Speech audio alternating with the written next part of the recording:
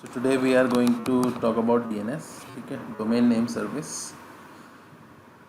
Domain name service. I think I don't need to read this complete paragraph. Right? In easiest way, I can say like that कि जैसे for example हमारे पास कोई particular website होती है, ठीक है, कोई एक particular website है, उसको हम दो तरीके से access कर सकते हैं. सबसे पहले ये समझो कि हम एक ह्यूमन बीइंग हैं, तो हम किस लैंग्वेज को समझते हैं. वी इजीली अंडरस्टैंड और रिमेंबर इंग्लिश वर्ड्स, या फिर हिंदी में कुछ वर्ड्स होते हैं, इसको हम इजीली रिमेंबर कर सकते हैं. फॉर एग्जांपल आपको कोई बोले google.com, ठीक है, और आपको बोले कि google.com याद रखो, और कोई आपको बोले कि .251. ये आईपी याद रखो, तो आप ये आईपी याद रखोगे या google.com इजीली याद रखोगे. तो हम ह्यूमन बीइंग्स हैं, हम क्या समझते हैं google.com, ठीक है, बट मशीन क्या समझती है, ये आईपी एड्रेस. मशीन समझती है नंबर्स, ठीक है. तो मशीन नंबर्स पे काम करती है और इंसान इसको इजीली रिमेंबर कर सकता है. तो इस केस में क्या करा कि हमने क्या करा, एक डीएनएस नाम का एक एप्लीकेशन बनाया है, या फिर प्रोटोकॉल कह सकते हो, ठीक है, एक सर्विस भी है ये, ठीक है. डीएनएस सर्विस बनाई. इसने क्या करा, डीएनएस ने जैसे ही हमने किसी डीएनएस फीचर इनेबल किया किसी भी सर्वर पे, तो एग्जैक्टली हुआ क्या कि डीएनएस ने क्या करा, इसको प्लस इसको बाइंड कर दिया, ठीक है. मतलब google.com और ये आईपी एड्रेस, ये दोनों बाइंड हो गए. अब क्या है, जब हमारा ब्राउज़र होता है यहाँ पे, ये हमारी ब्राउज़र विंडो है लेट्स से, ठीक है, यहाँ पे. तो जैसे ही हम यहाँ पे जाके लिखेंगे google.com, यहाँ पे google.com टाइप करोगे तो भी हिट एंटर करोगे तो भी वेबसाइट खुल जाएगी. अगर आप ये आईपी एड्रेस डाल के भी करोगे तो भी वेबसाइट ओपन होगी, ठीक है. अब इसका एक एग्जांपल देख लेते हैं हम, कैसे होता है ये.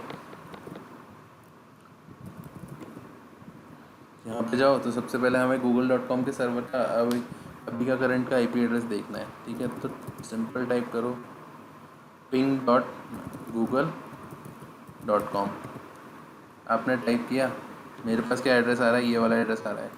ये क्या एक IPv6 एड्रेस है, ठीक है. तो डरने की बात नहीं है, इसी एड्रेस को आप यहाँ से कॉपी कर लो, इस आईपी एड्रेस को कॉपी कर लो और यहाँ पे जाके आप लिखो एक नोटपैड खोल के यहाँ पे आप इस एड्रेस को पेस्ट कर लो, ठीक है.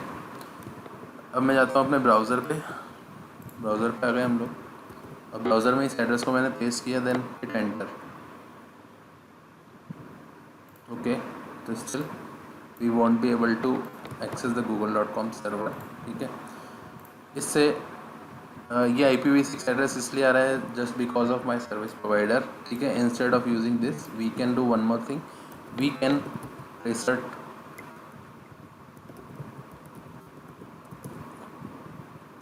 एक कमांड है TRACERT. ट्रेसर्ट कमांड क्या करती है, ट्रेसर्ट कमांड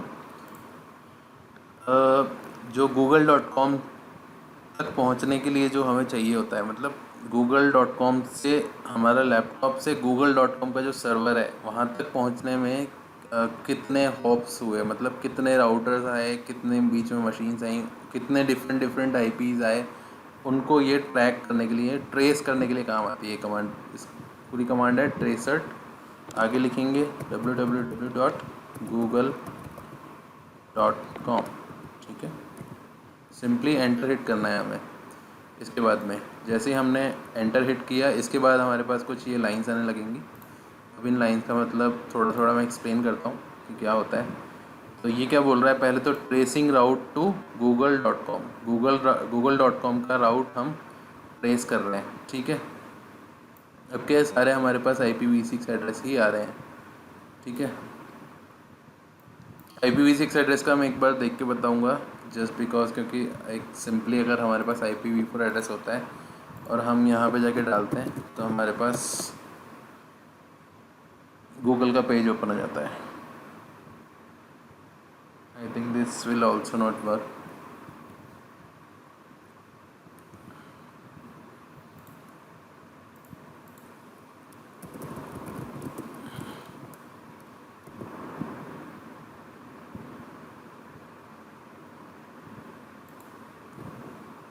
सर मैंने चैट बॉक्स में आईपी गूगल का शेयर किया है।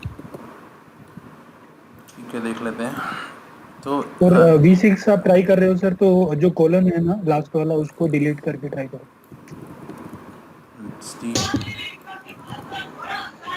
But it's a ठीक है, private IP address ना? ये अभी हम बात करेंगे क्लासेस की इसकी, ठीक है, प्राइवेट है या पब्लिक है, अभी हम बात करते नहीं, हैं। जो पांडुरंग ने अपलोड किए वो सेंड किया। ये वाला 172 वाला हम्म। बी क्लास का एड्रेस है ये, है ना? हम्म। सीरीज तो 172 है, आता तो ये प्राइवेट आईपी एड्रेस के अंदर ही है, बी क्लास में। ठीक है, may be I don't have any exact idea यार कि क्यों यूज़ कर रहे हैं गूगल सर्वर इसको, इस आईपी एड्रेस को। ठीक है, नाउ IPv6 का हम ट्राई कर लेते हैं।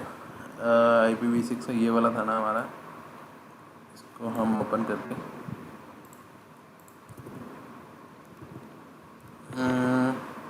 यहाँ पे था ये।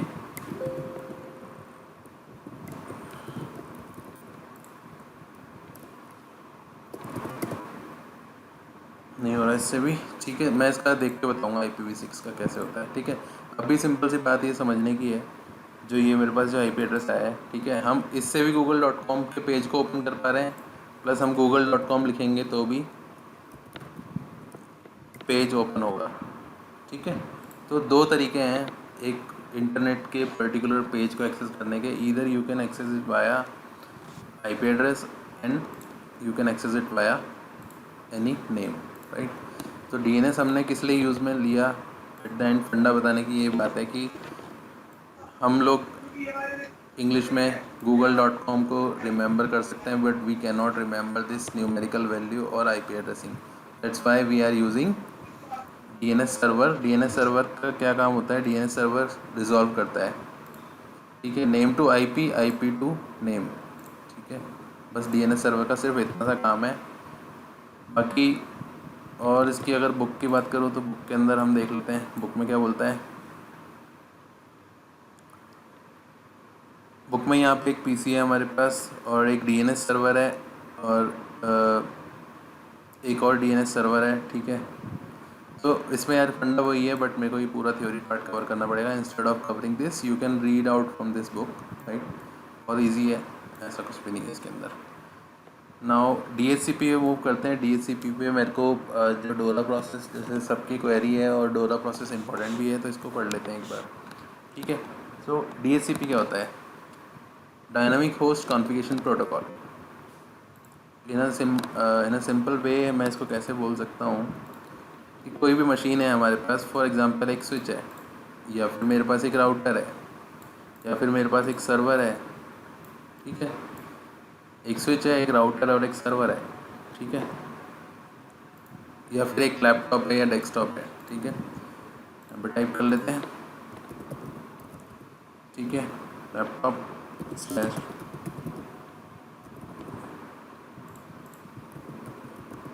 यहाँ पे स्विच है, यहाँ पे हमारे पास राउटर है और यहाँ पे हमारे पास सर्वर है।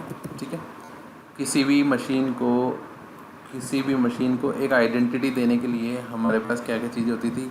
एक होता था मैक एड्रेस, सेकंड होता था आईपी एड्रेस। ठीक है, आईपी एड्रेस नेटवर्क के अंदर आइडेंटिटी बताता है हर डिवाइस की। ठीक है, आईपी एड्रेस का काम ये होता है। आईपी एड्रेस हम ऑलरेडी डिस्कस कर चुके हैं तो सिंपली मूव करते हैं। फॉर एग्जांपल हमें ये सर्वर को आईपी एड्रेस देना है, तो कितने तरीके हैं। देखो, नेटवर्किंग पढ़ोगे ना आप, नेटवर्किंग पढ़ोगे तो नेटवर्किंग में क्या है कि कोई भी काम करवाना है ना हमें मशीन से, हम दो तरीके से कर सकते हैं, या तो स्टैटिकली, ठीक है, या फिर डायनामिकली। सिंपल लैंग्वेज में कहने का मतलब ये है, दो तरीके हैं, या तो आप किसी मशीन से करवा सकते हो इस काम को, या तो आईपी एड्रेस देना है, या कोई कॉन्फ़िगरेशन करनी है, या फिर कोई कम्युनिकेशन करवाना है दो डिवाइसेस के बीच में।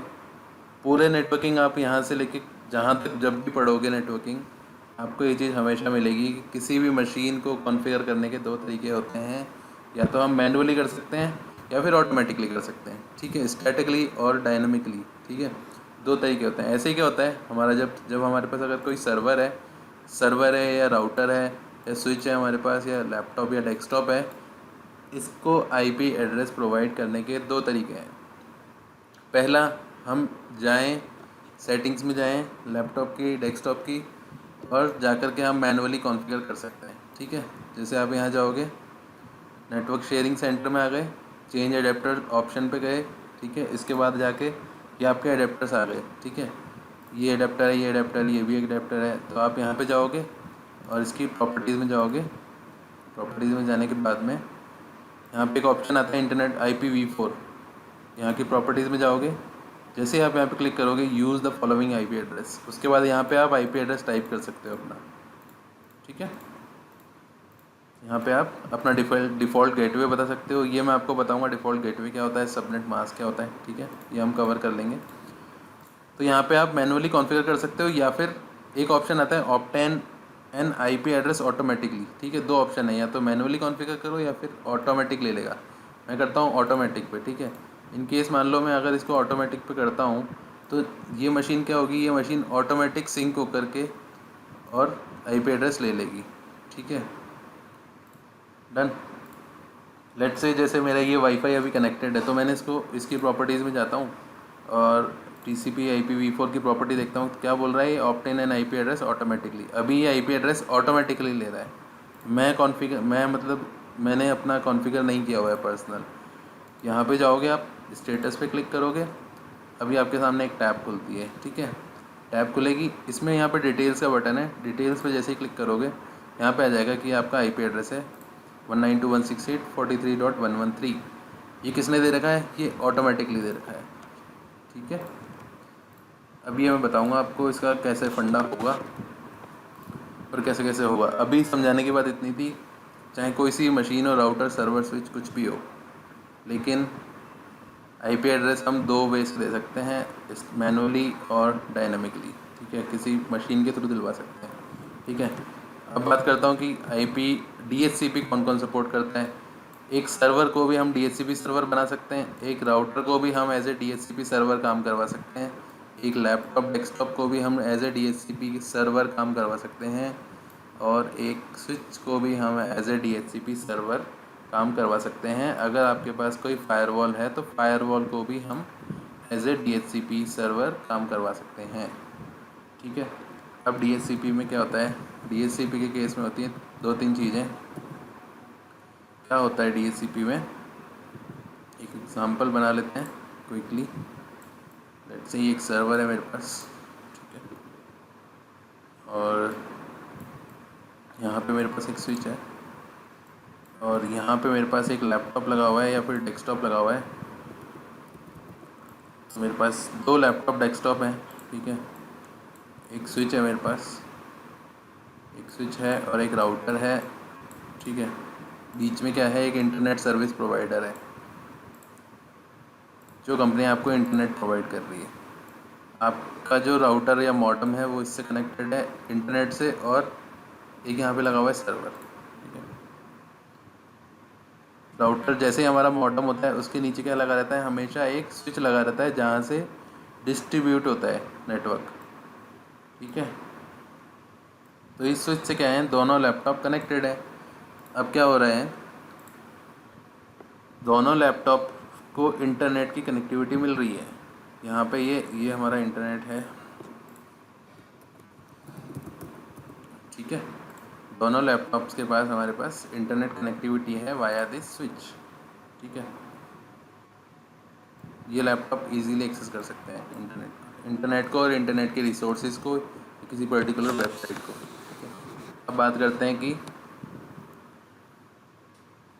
IP एड्रेसिंग कैसे हम इस एरिया में कॉन्फ़िगर करेंगे। तो IP एड्रेसिंग स्टार्ट करने से पहले IP एड्रेसिंग के बारे में थोड़ा सा डिस्कस करते हैं, फिर IP एड्रेसिंग समझेंगे, फिर हम मूव करेंगे DHCP पे, क्योंकि इनको IP एड्रेस देंगे। उसके साथ साथ हम यहाँ पे समझेंगे गेटवे, ठीक है, सॉरी इसको नहीं, गेटवे ये होता है, ठीक है, गेटवे समझेंगे, डिफ़ॉल्ट गेटवे क्या होगा, और उससे पहले हम IP एड्रेसिंग शुरू करते हैं, ठीक है।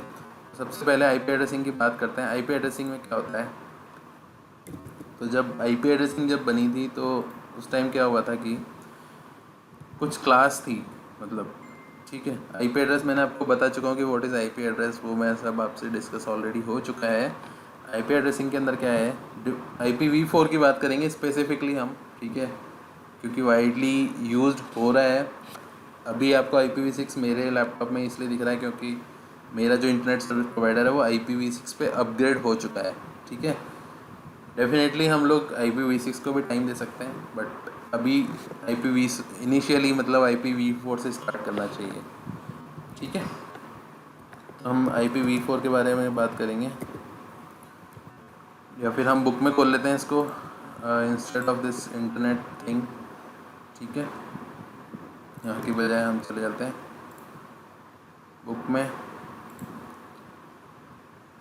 इसमें हम फिर से आ जाएंगे।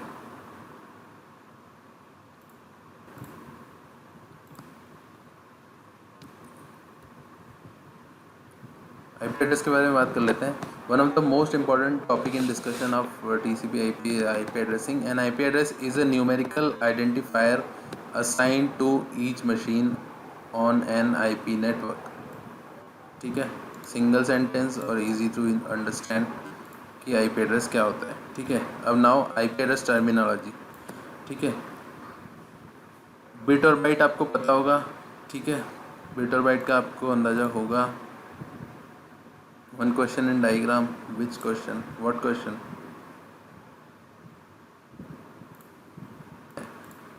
ठीक है।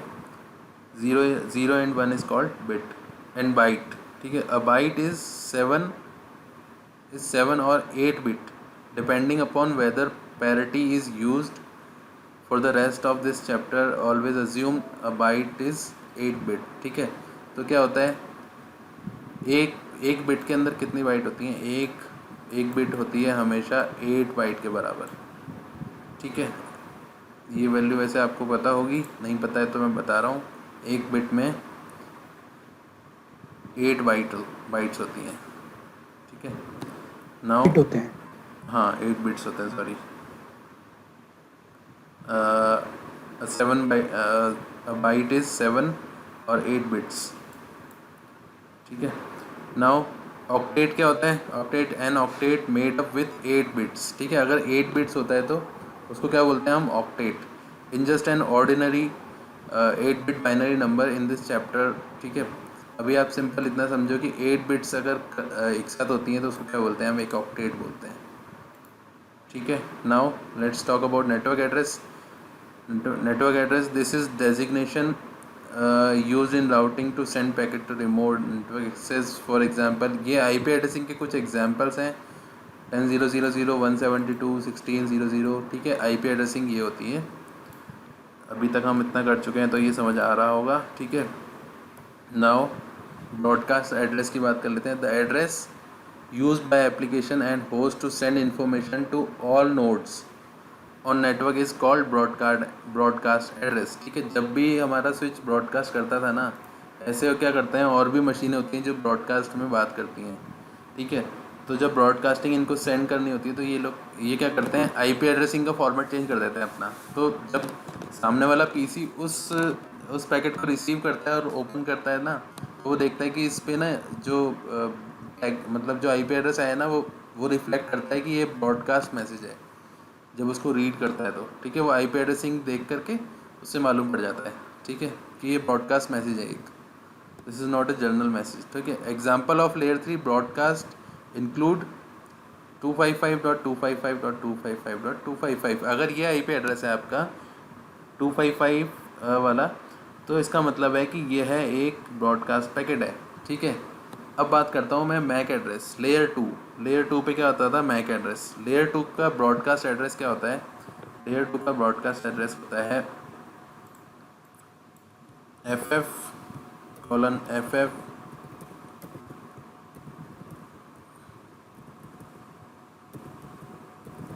ठीक है। जब भी कोई दो स्विच या दो लेयर 2 डिवाइस आपस में बात कर रहे हैं और अगर किसी लेयर 2 डिवाइस ने मैक एड्रेस की जगह ये लिख के भेजा है पैकेट के अंदर, ठीक है, तो इसका मतलब है कि ये एक ब्रॉडकास्ट पैकेट है, ठीक है। और अगर ये लेयर 3 की बात करूँ तो लेयर 3 क्या भेजता है 255.255.255.255। अगर सामने से पैकेट में ये लग के आया है सोर्स या डेस्टिनेशन सोर्स, ठीक है, तो उसमें क्या होगा, इसको ब्रॉडकास्ट पैकेट माना जाएगा, ये डिफाइन करता है, ठीक है। नाउ आईपी एड्रेसिंग स्कीम की बात कर लेते हैं, ठीक है। N IP address consist of 32 bits of information. एक आईपी एड्रेस किससे बना होता है, 32 बिट्स की इंफॉर्मेशन से बना होता है। These bits are divided into 4 section referred to as a octets और बाइट, ठीक है। 4 ऑक्टेट होते हैं इसके अंदर, जैसे 1 ऑक्टेट, 172 एक ऑक्टेट है, ये एक ऑक्टेट है, 1630 है एक ऑक्टेट, और 56 है एक ऑक्टेट, ठीक है। तो कितने होते हैं इसमें, 4 ऑक्टेट्स होते हैं, ठीक है। So with each containing 1 byte या फिर 8 बिट्स, ठीक है। हर ऑक्टेट के अंदर कितनी बिट्स होती हैं, 8 बिट्स होती हैं, ठीक है। Now you can depict N IP address using one of the 3 modes, ठीक है। तो अब बात आती है कि आईपी एड्रेस को आप कैसे कैसे लिख सकते हो, ठीक है। इसको मैं यहाँ से उठा लेता हूँ।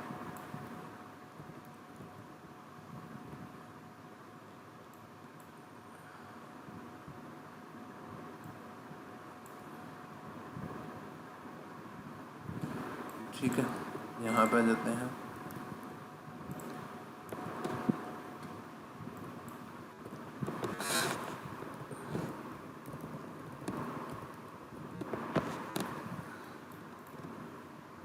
एक चीज़ और इंक्लूड कर लेता हूँ इसमें, मैं ज़ीरो को क्या बोलते हैं हम,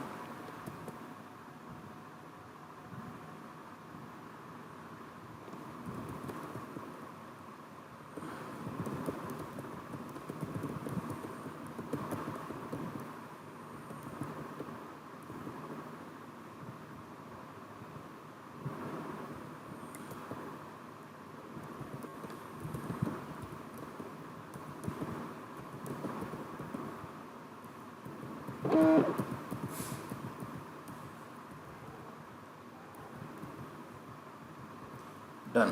तो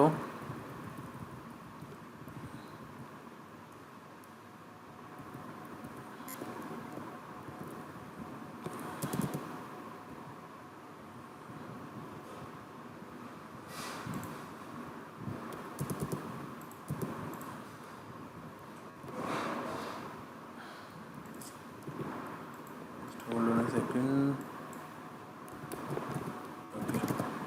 working, let me try again. Okay, not possible. यहाँ पे हम जाते हैं नोटपैड पे।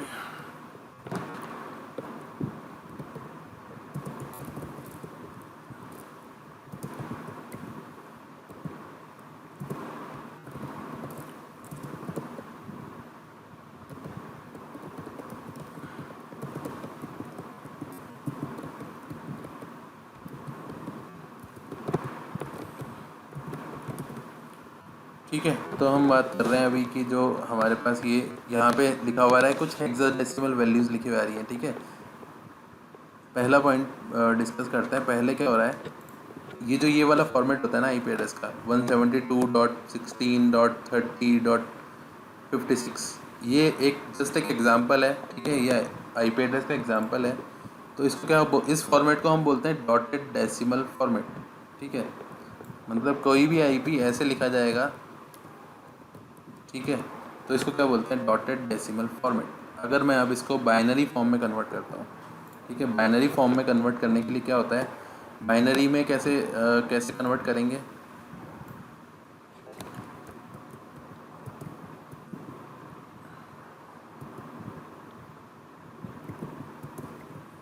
(32) then 64, 92,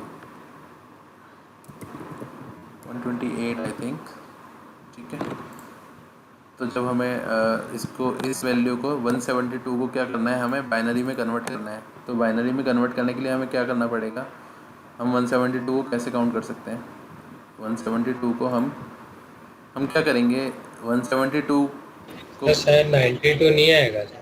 हाँ हाँ हाँ हाँ, यही मुझे लगा, मतलब हाँ इसको हटा देते हैं, ठीक है। So after 64 there is 128, done. Now let's say I want to convert 172 को मेरे को कन्वर्ट करना है किस में. My question is convert 172 into bits. ठीक है, 172 एक नंबर है, इसको हमें बिट्स में कन्वर्ट करना है. तो उससे क्या होगा, जो हमारा ये सेकंड फॉर्मेट है ना, ये वाला बाइनरी एज एन, ये वाला जो फॉर्मेट होगा ये आ जाएगा. अब इसमें क्या होता है, इसमें हम किस किस का टोटल करेंगे. स्टार्ट करते हैं कि कौन कौन सी बिट्स ऑन होगी. ठीक है, 172 कैलकुलेट करने के लिए. तो हमारे पास कौन कौन सी बिट्स ऑन होगी.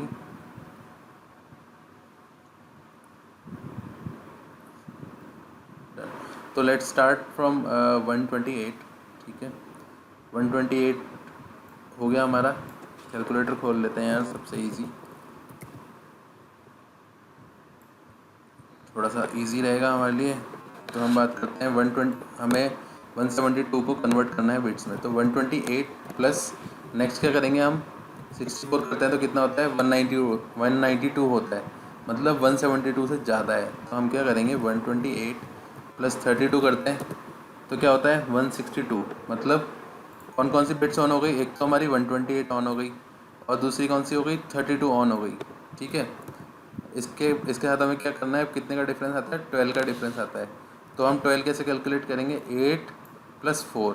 ठीक है, 160 प्लस 8 प्लस 4, तो ये हमारा टोटल क्या आ गया, 172. तो अब यहाँ पे कौन कौन सी बिट्स ऑन हुई, 4 ऑन हो गया, 8 ऑन हो गया, 0 ऑफ है, सॉरी 16 ऑफ है, 32 ऑन है एंड 128 ऑन है. ठीक है, तो फाइनली मेरे को अगर ये 172 कन्वर्ट करना है तो ये क्या, इसको हम कैसे रिप्रेजेंट कर सकते हैं बाइनरी में, 0 0 1 1 0 1 0 1. ठीक है, ये क्या होता है, ये भी बाइनरी रिप्रेजेंटेशन है 172 को रिफ्लेक्ट करने का. ठीक है, इस टेबल को सर उल्टा उल्टा नहीं है क्या?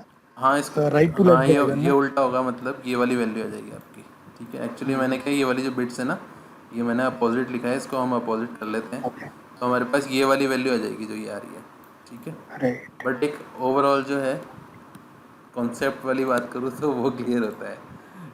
ठीक है, you can write it like that. Second chapter में समझाया हुआ है डिटेल. हाँ ये आपने पढ़ा होगा बहुत इजीली, BCA एक्सपायरेट, जो भी कंप्यूटर से रिलेटेड जो भी करते हो ना उसके अंदर आता है ये. तो ये हो गया हमारा 128, right, 64 32 then 16 then 8 then 4 then 2. ठीक है, स्टार्ट होता है 1 से. ठीक है, हम इसको थोड़ा लैपटॉप पे टाइप करना थोड़ा डिफ़िकल्ट होता है इसलिए. ठीक है, ऐसे कैलकुलेट कर लो कि कौन कौन सी बिट्स हमने ऑन करी थी यार. हमने 128 ऑन किया था, 32 ऑन किया था, और इसके अलावा हमने 8 और 4 को भी ऑन किया था, है ना. तो देख लो यहाँ पे, देख लो इस वैल्यू को देख लो, ये भी सेम है इसकी. यहाँ पे 0, इसको मैं वैसे टाइप कर लेता हूँ. तो क्या मेरा क्या क्या बना, ये 1 0 1 0 1 1 0 0. ठीक है, अब इस वैल्यू को देख लो और आप इस वाली वैल्यू को यहाँ से पिक कर लो, ये दोनों सेम है वैल्यू. ठीक है, ये भी यही बोल रहा है 101 1010 1100, सेम वैल्यू हमारी आ गई. ठीक है, तो ये क्या है, बाइनरी रिप्रेजेंटेशन है, किसको दिखाने का, किसी नंबर को 172 को डिफाइन करने का. अब इस 172 को हमें क्या कन्वर्ट करना है, हेक्साडेसिमल वैल्यू में कन्वर्ट करना है. ठीक है, हेक्साडेसिमल वैल्यू के लिए क्या होता है, हमारे पास एक टेबल होता है, ये वाला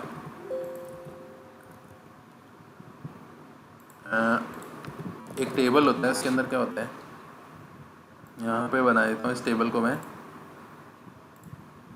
इस टेबल में क्या होता है, 0 रिप्रेजेंट होता है 0 की तरह. ठीक है, 1 रिप्रेजेंट होता है 1 की तरह,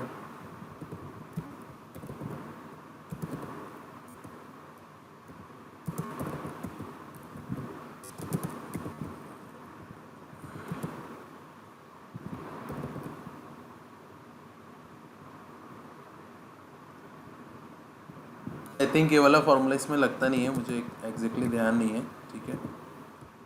तो इसको आप एक बार हम ट्राई कर लेते हैं, if it is work. Address को 3 तरीके से रिप्रेजेंट कर सकता हूँ, एक डॉटेड डेसिमल फॉर्मेट में, ठीक है, और एक बाइनरी फॉर्मेट में, और एक हेक्साडेसिमल वैल्यू के फॉर्मेट में, ठीक है। तो हेक्साडेसिमल हम कहाँ पे यूज़ करते हैं, जब मैक एड्रेस होता है।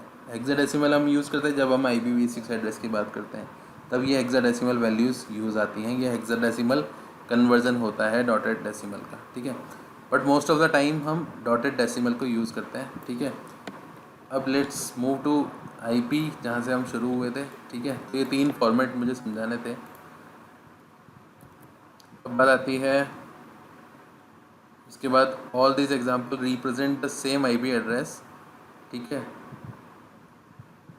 Hexadecimal is not used as often as dotted decimal, जो मैंने बताया, ठीक है। नाउ इस पे बात कर लेते हैं। The 32 bit address is structured और hierarchical address as opposed to flat. मैं ये थ्योरी पढ़ के बोर नहीं करना चाहता, यहाँ पे आ जाते हैं इस इमेज पे, ठीक है। मैंने बात करी थी कि डॉटेड डेसिमल फॉर्मेट में होता है कोई भी IP एड्रेस, ठीक है। अब बात करते हैं कि जैसे मान लो मेरे पास एक IP एड्रेस लिखा हुआ है, इसको क्रॉस कर दो बिट्स को, इन बिट्स का आगे से हटा दो, ठीक है। फॉर एग्जांपल मेरे पास एक IP एड्रेस लिखा हुआ है 8.8.8.8, ठीक है। अब क्या होता है इसमें ना, ये बिट्स जो होती है ना, ये भी रिप्रेजेंट करती हैं, क्या रिप्रेजेंट करती हैं कि कितना इसमें नेटवर्क आइडेंटिफायर है, मतलब नेटवर्क पार्ट है, और कितना इसमें होस्ट वाला पार्ट है। मतलब जो IP एड्रेस होता है उसके अंदर क्या है, अंदर भी रिप्रेजेंटेशन होता है।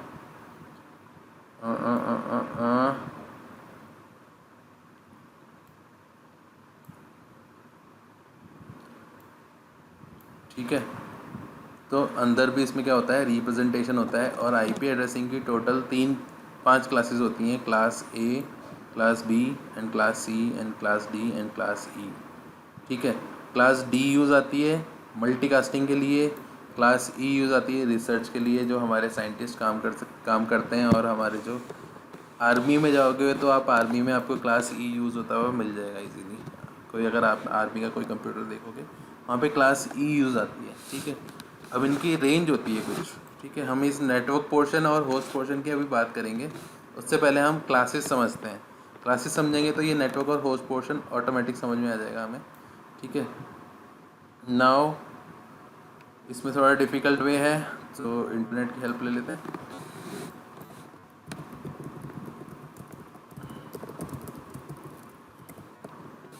IP एड्रेस की क्लासेस कितनी होती हैं, ठीक है। तो ये होती है IP एड्रेस की क्लासेस।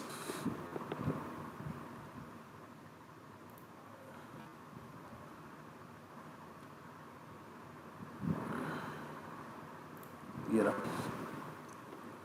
तो अगर बात करते हैं कि क्या होता है, क्लास A की बात करते हैं। क्लास A में क्या होता है, 0 से स्टार्ट होता है IP एड्रेस, ठीक है। 0 से स्टार्ट होता है, 0 से 127 तक की जो रेंज होती है, ये किस में आती है, किस में फॉल होती है, क्लास A में फॉल होती है, ठीक है।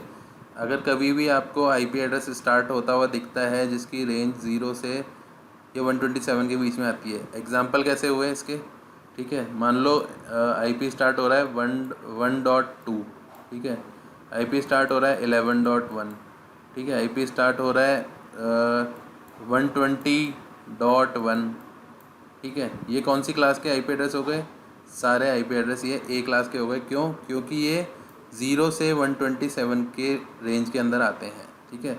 कोई IP एड्रेस अगर 127 से भी स्टार्ट होता है तो वो क्या कहलाएगा, क्लास A का IP एड्रेस कहलाएगा, ठीक है।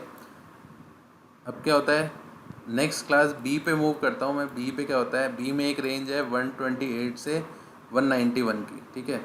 अगर कोई भी IP एड्रेस स्टार्ट होता है 128 से 128.1.2.5, तो इसका मतलब ये कौन सी क्लास का है, ये B क्लास का IP एड्रेस है।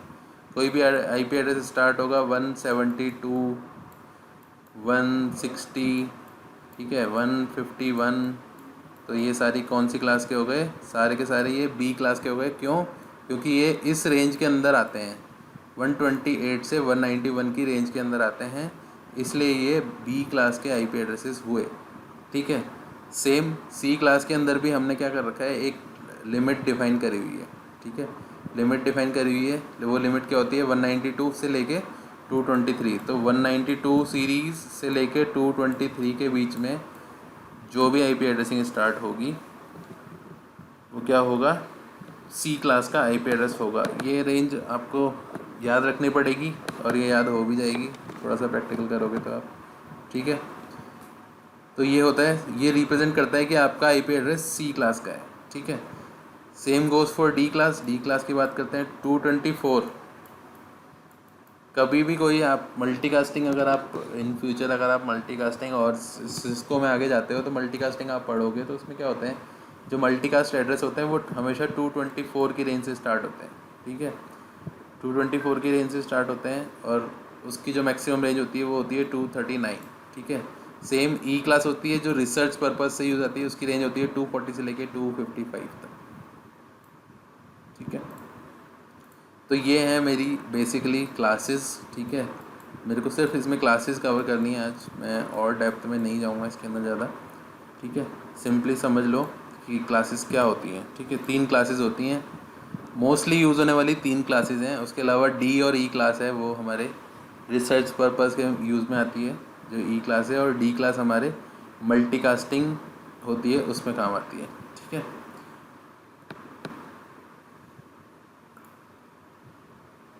अब बात आती है ये बिट्स की। तो ये जब नेटवर्क पोर्शन, होस्ट पोर्शन, ये जब हम सब नेटिंग कवर करेंगे उस टाइम पे हम इसको कवर करेंगे, नेटवर्क पोर्शन और होस्ट पोर्शन क्या होता है। ठीक है, फिलहाल मुझे सिर्फ क्लासेस आपको समझानी थी, तो हमने क्लासेस को समझ लिया है। अब ब्रॉडकास्ट एड्रेस भी बता दिया मैंने साथ के साथ ही। 3 क्लासेस होती हैं, करेक्ट। अच्छा, चलो क्विकली एक थोड़ा सा प्राइवेट आईपी एड्रेस प्रोवाइड कर दिया इन दोनों को मैंने। ठीक है, अब क्या हुआ, अब नेक्स्ट बात आती है स्विच। स्विच तो सिंपली फॉरवर्डिंग करता है, स्विच पे अभी कोई भी आईपी नहीं देना है हमें। जो मैनेजेबल स्विच आते हैं उनमें हम आईपी दे सकते हैं। ठीक है, सिंपली फॉरवर्डिंग की बात कर रहे हैं, अभी कुछ नई बात नहीं कर रहे हैं। अब क्या बात आती है, जो राउटर का जो ये वाला जो एंड होता है, ठीक है, ये वाला, यहाँ पे भी क्या होता है, एक प्राइवेट आईपी एड्रेस होता है और दूसरा एंड होता है, इस पर क्या होता है, एक पब्लिक आईपी एड्रेस होता है। राउटर का काम मैंने बताया था, राउटर का काम होता है राउटर का काम होता है 2 डिफरेंट नेटवर्क में कम्युनिकेशन करवाना।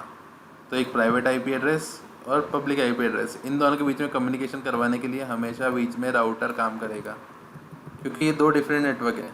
ठीक है, पब्लिक आईपी एड्रेस कभी भी आपको इस सीरीज़ का मिलेगा ही नहीं, 192.168 का, 172 सीरीज़ का कभी नहीं मिलेगा।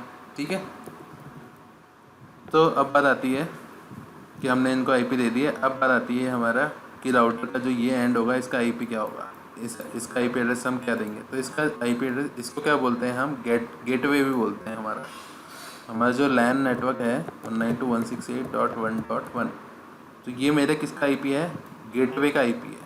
ठीक है, मतलब लेट्स से ये दो लैपटॉप आपस में बात कर रहे हैं। ठीक है, तो ये तो इजीली बात कर लेंगे, कोई प्रॉब्लम नहीं है। बट अगर कोई राउटर कोई लैपटॉप यहाँ से इंटरनेट एक्सेस करना चाहता है तो वो किसके थ्रू जाएगा, हमेशा गेटवे के थ्रू जाएगा। ठीक है, इस चीज़ को हमेशा ध्यान रखें यार, इसको गेटवे कहते हैं। डेफिनेशन इसकी देख लेते हैं, end point of the LAN network कह सकता हूँ मैं। ये जो हमारा लोकल एरिया नेटवर्क क्रिएटेड है, इसका जो लास्ट पॉइंट है ना वो है गेटवे। मतलब इंटरनल से, इनसाइड से आउटसाइड कोई भी रिक्वेस्ट जाएगी ना तो वो इस गेटवे से होती हुई जाएगी। ये लास्ट गेट है, ठीक है, एग्ज़िट होने का, इंटरनेट पे जाने का। ठीक है, तो ये इसको बोलते हैं हमेशा गेटवे। ठीक है, और थ्योरी आप बुक में पढ़ सकते हो, that is called gateway of this particular LAN. ठीक है, अब बात करता हूँ आईपी एड्रेसिंग कहाँ से मिल रही है मुझे। नेक्स्ट आईपी एड्रेस, मेरे राउटर के इस एंड पे क्या आईपी एड्रेस आ रहा है, लेट्स से यहाँ पे आ रहा है मेरे पास 150.1.7.1। ये आईपी एड्रेस मेरे को किसने प्रोवाइड कर रखा है, मेरी जो टेलीकॉम कंपनी है, उसने मुझे प्रोवाइड किया हुआ है ये आईपी, ठीक है। और मानता हूँ कि सर्वर में एक आईपी और है मेरे पास, सॉरी एक सर्वर लग रहा है एक इंटरनेट पे, उसका आईपी है 150.1.20.1, ठीक है। ये सर्वर का आईपी एड्रेस है और ये हमारे राउटर के एंड का आईपी एड्रेस है, ठीक है। यहाँ तक कोई प्रॉब्लम, यहाँ तक सब कुछ समझ में आ रहा होगा सबको। आईपी एड्रेसिंग मैंने सिंपल सी क्लास की यूज़ करी है यहाँ पे, ठीक है। यहाँ पे मैं बी क्लास यूज़ कर रहा हूँ 150 वाली रेंज का, तो ये इजीली समझ में आ रहा होगा। अभी तक कोई क्वेश्चन किसी तरह का? तो फिर हम आगे बात करेंगे फिर इसके।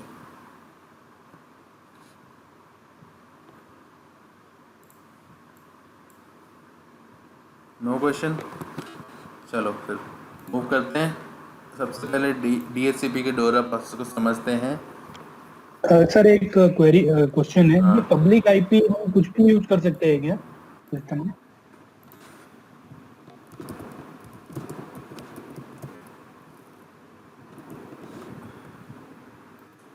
पैकेट कैप्चर को अभी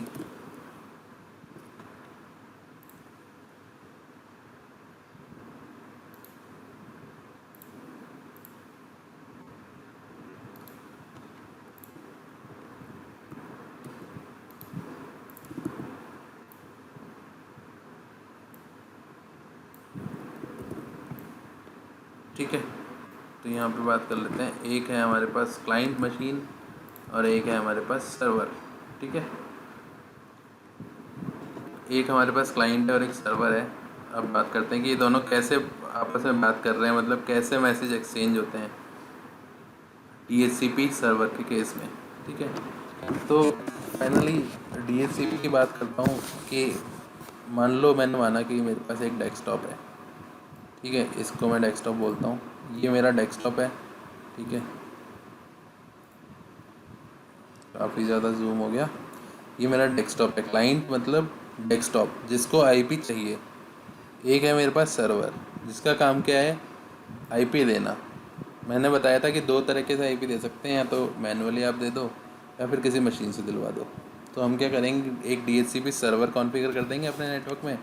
वो क्या करेगा, जितने भी पीसी आएंगे उसके साथ कनेक्ट होंगे, उनको आईपी देते जाएगा, चाहे एक हो चाहे और 10 हो, सबको आईपी देते जाएगा वो, ठीक है। उसका काम ही आईपी देना है।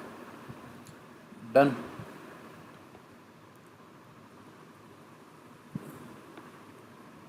ठीक है, अब बात आती है DHCP प्रोसेस की। DHCP किस तरह से एक सर्वर और क्लाइंट के बीच में किस तरह से आपस में बातचीत होती है, किस तरह से ये लोग काम करते हैं, किस तरह से आईपी एड्रेस मिलता है और किस तरह से नहीं मिलता, ठीक है। तो एक क्लाइंट है, एक सर्वर है मेरे पास। अब हमारे पास DHCP में क्या होते हैं, 4 पैकेट होते हैं। 4 पैकेट ट्रैवल करते हैं आईपी असाइन करने के लिए। क्लाइंट को आईपी मिलता है, 4 पैकेट का एक्सचेंज होगा, उसके बाद क्लाइंट को आईपी मिलेगा, ठीक है। उसको प्रोसेस को क्या बोलते हैं, डोरा। डोरा कैसे बोलते हैं, DORA,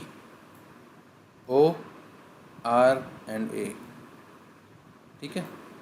D as an discovery, O as an offer, R as an request and A as an acknowledgement बोल सकते हो आप, ठीक है।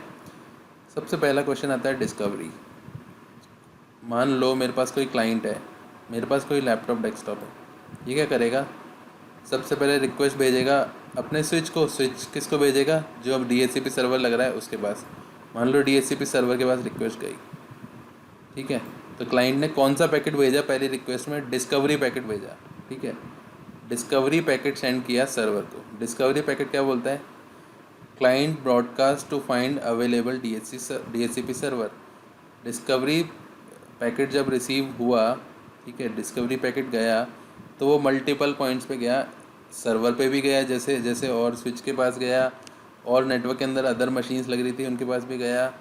ऐसे क्या करा, सर्वर के पास भी गया। तो जैसे ही सर्वर को ये रिसीव हुआ, सर्वर को एक रिक्वेस्ट रिसीव हुई कि मेरे पास एक क्लाइंट है यहाँ पे, वो क्या बोल रहा है, मुझे आईपी एड्रेस चाहिए, ठीक है।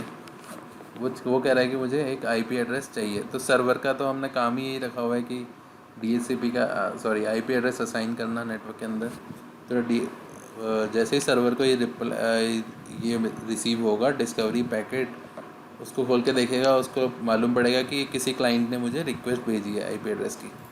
ठीक है, अब क्या करेगा सर्वर, क्या करेगा सर्वर के पास हमने एक रेंज सेट कर रखी होती है।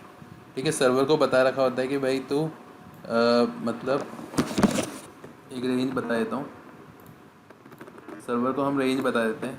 जब हम DHCP कॉन्फ़िगर करते हैं तो उसको रेंज बता देते हैं कि तेरे को 192.168.1.1 इससे लेके तेरे को 193 कर लो .168.1.1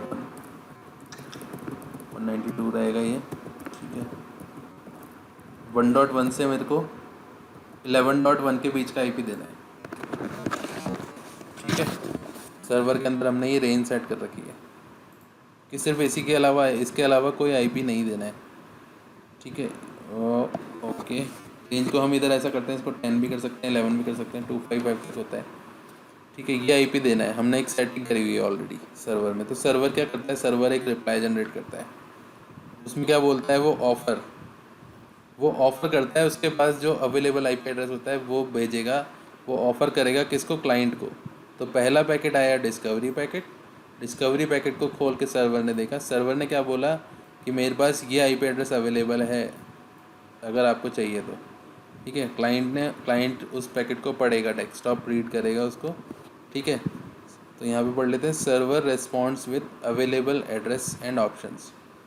डेस्कटॉप को रिसीव हो गया सक्सेसफुली। अब डेस्कटॉप क्या करेगा, डेस्कटॉप बोलेगा ठीक है, जो IP एड्रेस आपने भेजा है I want to use that address. ठीक है, तो उसके बाद जो पैकेट जाएगा उसको बोलेंगे रिक्वेस्ट पैकेट, वो करेगा रिक्वेस्ट।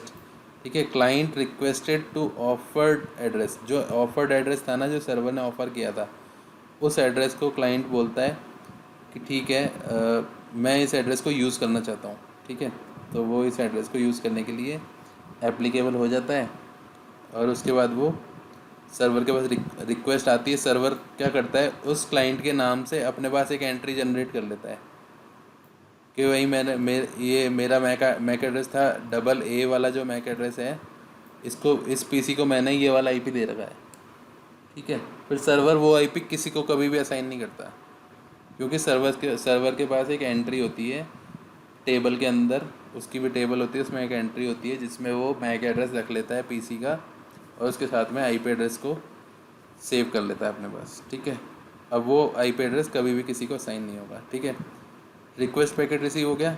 उसके बाद सर्वर के पास जब पैकेट आता है, सर्वर क्या कहता है कि भाई एक्नॉलेजमेंट तो देना पड़ेगा ना, कन्फर्मेशन, अगर मैंने उसकी रिक्वेस्ट एक्सेप्ट करी है। तो वो क्या करता है, एक एक्नॉलेजमेंट देता है, server acknowledges clients request for additional information. Server क्या करता है, एक्नॉलेजमेंट देता है कि हाँ you can use this IP address. ठीक है, तो बस इतना सही है। और 4 पैकेट टोटल ट्रैवल कर रहे हैं, इन चारों पैकेट के ट्रैवलिंग को बोलते हैं डोरा प्रोसेस। ठीक है, D as in discovery, offer, request and acknowledgement. ठीक है, ये होता है डोरा प्रोसेस। ठीक है, इसमें सिंपली कुछ नहीं हुआ, 4 पैकेट एक्सचेंज हुए और हमारे सर्वर ने हमारे क्लाइंट को IP एड्रेस दे दिया। ठीक है, क्लियर है इसमें कोई क्वेश्चन है तो मेरे को पूछो, फिर हम इसे स्टार्ट कर देते हैं। ठीक है, अब बात करते हैं कि DHCP सर्वर, DHCP इंटरनेट में कैसे काम करता है, और DHCP एक हमारा जो LAN नेटवर्क होता है इसमें कैसे काम करेगा। ठीक है, इस नेटवर्क के अंदर कैसे काम करेगा ये मैं बताता हूँ, कहाँ पे DHCP सर्वर है। ठीक है, तो अच्छा, कोई मेरे को ये बताएगा कि जैसे फॉर एग्ज़ाम्पल मेरे पास ये DHCP सर्वर इंटरनेट के थ्रू किसी और जगह कनेक्टेड है, मतलब यहाँ नहीं है, मतलब ये जो DHCP सर्वर है ना, ये रखा है, समझो ये लंदन में रखा है। ठीक है, और जो ये मेरा जो PC लग रहा है ना, ये वाला डेस्कटॉप, ये मुंबई में लग रहा है। तो आपको क्या लगता है कि IP एड्रेस मिल जाएगा मुझे? और मिल जाएगा तो क्यों मिलेगा और कैसे मिलेगा, अगर ही मिलेगा तो? सर VPN से मिलता है ना ये, मतलब जैसा आप बोल रहे हो, तो VPN से जैसा IP चेंज करके। ठीक है। तो श्योर है। नहीं, वीपीएन से नहीं मिलेगा, सिंगल वीपीएन काम नहीं आता है, ठीक है। क्योंकि अगर मैं बात करूँ लंदन से मुंबई के बीच में सिर्फ जियो थोड़ी चल रहा है, सिर्फ एयरटेल थोड़ी चल रहा है, बीएसएनएल थोड़ी चल रहा है, वो तो सिर्फ इंडिया में है। अब मुंबई से जो लाइंस जा रही हैं वो दुबई टर्मिनेट हो रही हैं, फिर दुबई से आगे जा रही है, सिंगापुर जा रही है, सिंगापुर से और आगे जा रही है, मे बी थाईलैंड जा रही है, अलग अलग जगह जा रही है, ठीक है। तो हम इसको रूट को कोई डिफाइन नहीं कर सकते, ठीक है, किसी भी तरीके से। अब मैं सिंपल से बात करता हूँ कि हाँ हम कर सकते हैं कनेक्ट, ठीक है, बट उसके पीछे बात आती है कुछ, मतलब अलग अलग कुछ चीज़ें हैं, बहुत सारी चीज़ें हैं जो हमें कॉन्फ़िगरेशन करनी पड़ेगी। उतना डेप्थ में नहीं जाएंगे, सिंपल लैंग्वेज में ये समझाता हूँ कि हर एक लैन, मतलब अगर मुझे पब्लिक आईपी वाला जो जो मेरा रेंज है ये पूरा, इसमें किसी भी मशीन को आईपी एड्रेस देना है ना, तो मैं इस सर्वर से आईपी एड्रेस दिलवा सकता हूँ, ठीक है। इस सर्वर को यूज़ करके मैं आईपी एड्रेस दे सकता हूँ किसी भी मशीन को जो इस पब्लिक नेटवर्क के अंदर है। तो जैसे हमारा राउटर का ये वाला जो एंड है ना, इसको जो आईपी एड्रेस दिया है ना, वो किसने दिया है? इस सर्वर ने। अब प्रोसेस क्या फॉलो होगा? जैसे आप राउटर को पावर ऑन करोगे, राउटर क्या करेगा? आपने केबल लगा रखी है ऑलरेडी, इंटरनेट वाली, यहाँ केबल लगा रखी है। राउटर क्या करेगा? डीएचसीपी रिक्वेस्ट करेगा, किसको? अपना जो तुम्हारा इंटरनेट सर्विस प्रोवाइडर कंपनी है उसको। उसने क्या कर रखा है? एक डीएचसीपी सर्वर लगा रखा है पीछे। उस डीएचसीपी सर्वर के पास क्या जाएगी? डिस्कवरी रिक्वेस्ट जाएगी, ठीक है। डिस्कवरी गई, उसके बाद क्या हुआ? ऑफ़र। सर्वर क्या करेगा? एक आईपी एड्रेस ऑफ़र करेगा। ये राउटर बोलेगा ठीक है जी, ये वाला आईपी एड्रेस चलेगा, और यहाँ का जो मैक एड्रेस होगा इस पोर्ट का, वो मैक एड्रेस ले जाएगा, ठीक है।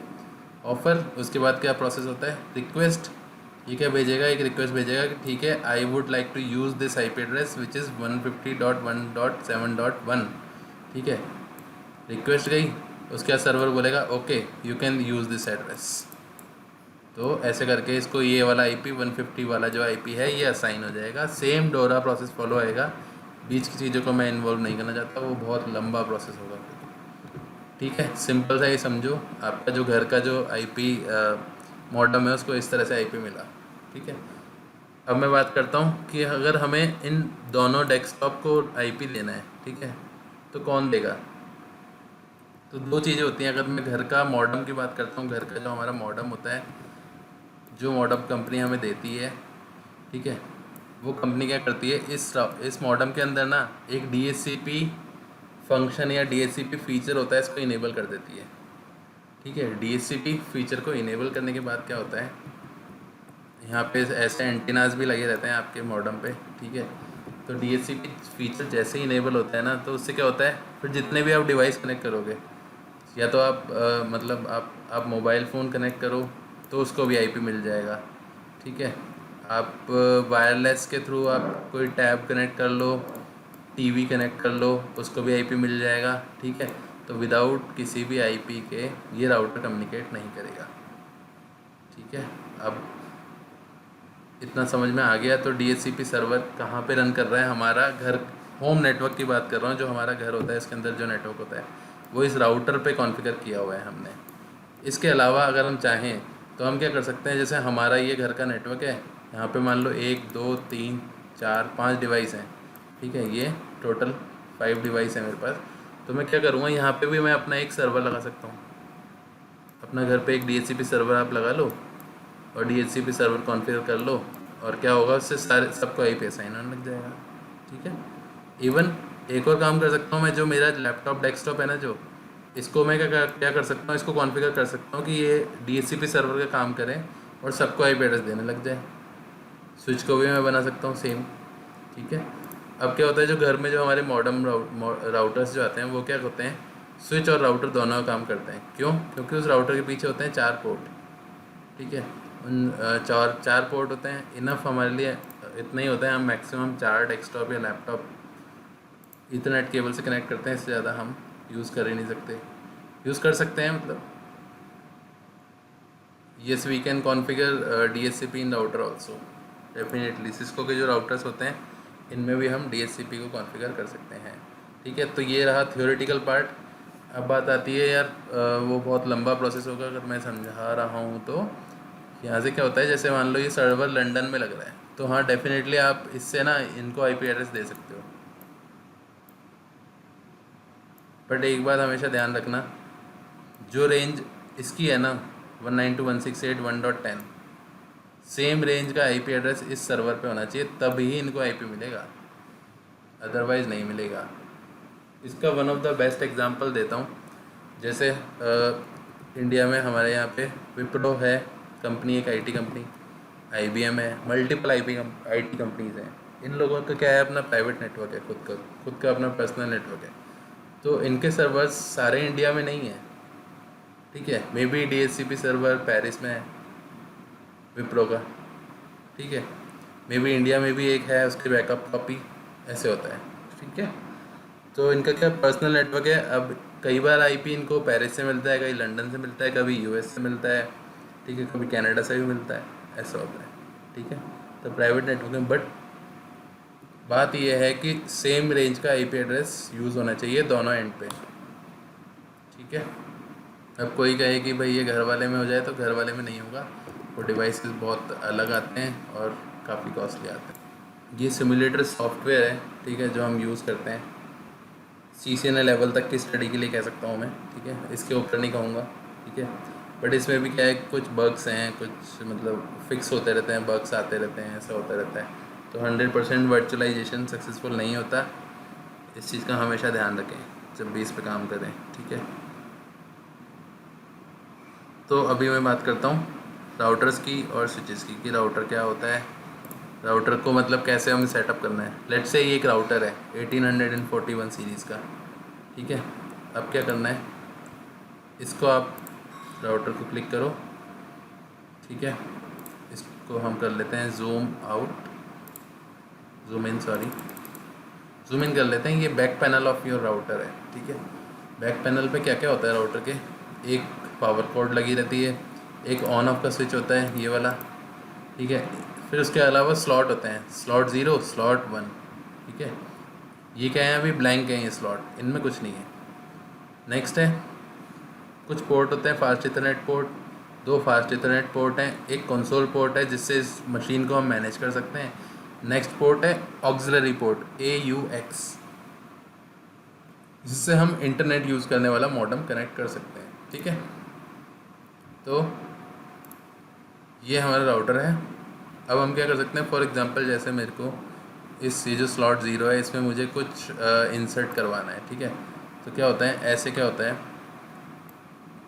सिस्को में क्या होता है, या फिर सर्वर्स और मशीन में क्या होता है कि हम ये जो पोर्ट्स हैं, ये एक्स्ट्रा पोर्ट्स, ये हम परचेज़ कर सकते हैं सिस्को से राउटर के अलावा। ये पोर्ट परचेज़ करेंगे और ये इंसर्ट करवा देंगे इसमें, और इससे क्या होता है, फिर जो ये है विक 2T कार्ड, ठीक है। विक मतलब WIC, वैन इंटरफेस कार्ड, मतलब ये आपको कनेक्ट करेगा किससे, वैन नेटवर्क से, ठीक है। वैन इंटरफेस कार्ड है, और यहाँ पे पोर्ट नंबर दे रखे हैं सीरियल 0 एंड सीरियल 1, ठीक है। आई थिंक सबको विजिबल होगा, सीरियल 0 एंड सीरियल 1 यहाँ पे दे रखा है, और ये विक 2T कार्ड है, ठीक है। यहाँ पे लिंक जो दिख रहा है, ये LED लाइट्स हैं जो दिखाती हैं, अगर ये लिंक अप है तो यहाँ पे ग्रीन लाइट आ रही होगी, सेकंड लिंक अप है तो वहाँ पे भी ग्रीन लाइट आती है, ठीक है। तो ये हमारा राउटर है। अब नेक्स्ट बात करता हूँ, मैंने कार्ड बता दिया, इस तरह से हम कार्ड लगा सकते हैं अपने यूज़ के अकॉर्डिंग, ठीक है। इन पे क्लिक करोगे, यहाँ पे आप नीचे देख सकते हो, इधर यहाँ पे डिफरेंट टाइप के कार्ड दिखा रहा है। तो आप जैसे आपको चाहिए, जैसे फास्ट इथरनेट के और पोर्ट चाहिए आपको, ठीक है। तो आप क्या करोगे, ये वाला जो है, यहाँ से जो HVIC कार्ड है इसको लोगे और इस पर जाके ड्रॉप कर दोगे, ठीक है। तो 4 आपको फास्ट इथरनेट लिंक मिल गया एक्स्ट्रा, ठीक है। इसको आप रिमूव करना है, यहाँ पे इसको ड्रैग करो और आप यहाँ जाके ड्रॉप कर दो, यहाँ पे ड्रॉप कर दोगे तो हो जाएगा, ठीक है। एक बात हमेशा ध्यान रखना, कभी भी राउटर में, चाहे इस राउटर में कार्ड लगाओ या फिर आप रियल टाइम के राउटर में कार्ड लगाओ, हमेशा मशीन पावर ऑफ होनी चाहिए, ठीक है। कार्ड लगाने के बाद पावर ऑन कर दो, बटन दबा के पावर ऑन हो जाएगी, ठीक है। अब हम क्या करेंगे, ये है आप जो फर्स्ट टैब आती है राउटर की, इसको बोलते हैं कॉन्फ़िग। ये है GUI मोड, तो इसके बारे में हम बात नहीं करेंगे बिल्कुल भी। आप ऑटोमेटिक आप इसको कर पाओगे अगर आप CLI कर लोगे तो, ठीक है। अब आ जाती है, ये है CLI, ठीक है। मतलब CLI मतलब कमांड लाइन इंटरफेस। डन। तो मैं बात करता हूँ अब राउटर जो होता है हमारी, इसकी मेमोरी टाइप्स क्या होती हैं, ठीक है। तो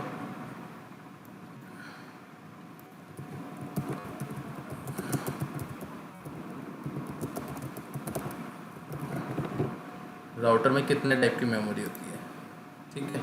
हम सिर्फ जैसे अगर मार्केट में भी जाते हैं तो हम क्या देखते हैं, सिर्फ हम रैम देखते हैं कि हमारा जो मोबाइल फ़ोन है तो उसके अंदर रैम क्या होनी चाहिए, ठीक है। ऐसे ही राउटर क्या होता है, राउटर भी एक डिवाइस है तो डेफिनेटली उसकी भी डिफरेंट डिफरेंट टाइप की मेमोरी होती है।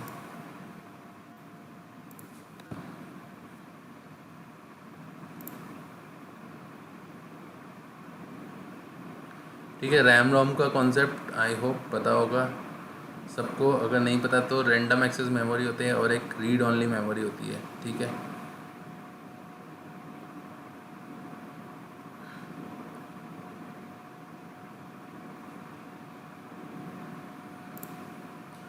ठीक है, types of memory on a Cisco device, ठीक है। तो जो हमारा राउटर होता है उसमें कितने टाइप की मेमोरी होती है, ठीक है। 4 टाइप की मेमोरी होती है अंदर, जो उसमें ICs होती हैं उसके अंदर, ठीक है। पहली होती है रोम, रीड ओनली मेमोरी, ठीक है।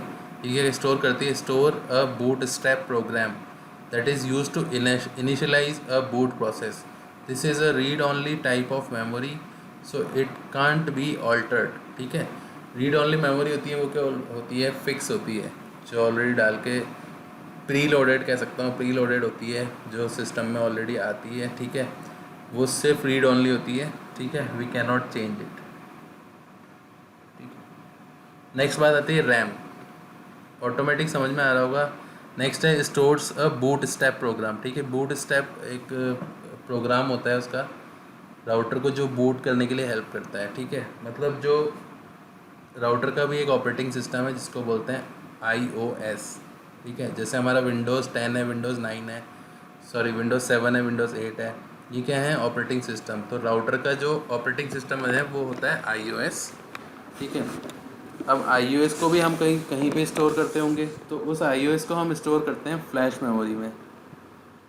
यहाँ पे आप देख सकते हो फ्लैश मेमोरी। फ्लैश मेमोरी होती है राउटर के अंदर एक flash memory used to store iOS software images can also be used to store other files। for example कोई बैकअप ले रहे हो आप, बैकअप या फिर कोई कॉन्फ़िगरेशन फाइल होती है, वो भी फ्लैश मेमोरी में स्टोर होती है, ठीक है। अब फ्लैश मेमोरी कैसे आती है राउटर के अंदर, वो आती है 32 MB, 64 MB, ऐसे अलग अलग आती है, ठीक है। Depends upon your requirement, depends upon your router और मशीन, ठीक है। क्योंकि कॉन्फ़िगरेशन फाइल होती है, बहुत छोटी फाइल्स होती हैं, मतलब KB में फाइल्स होती हैं वो, ठीक है। टेक्स्ट फाइल होती हैं बहुत सारी, different different kind of file होती हैं, ठीक है।